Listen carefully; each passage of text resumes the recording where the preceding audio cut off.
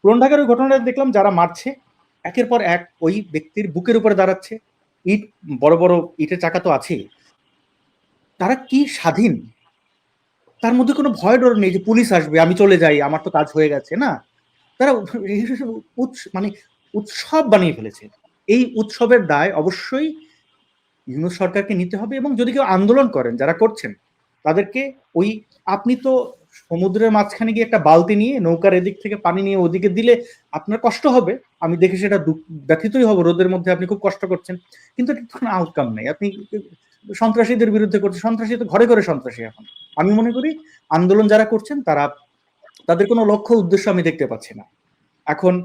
এই দুই শ্রেণীর মানুষ আন্দোলন করতে পারেন, এক হচ্ছে বিবেকের কারণে, যে আমি এটা সহ্য করতে পারছি না, আমার কিছু করার দরকার, তাদেরকে ধন্যবাদ, তারা বসে নেই। অনেক মানুষকে, আমার অনেক পরিচিত মুখ, যাদেরকে অনেক আমি আমি বিদ্রোহী মনে করেছিলাম, অনেক সৎ মানুষ মনে করেছিলাম, তারা একদমই চুপ।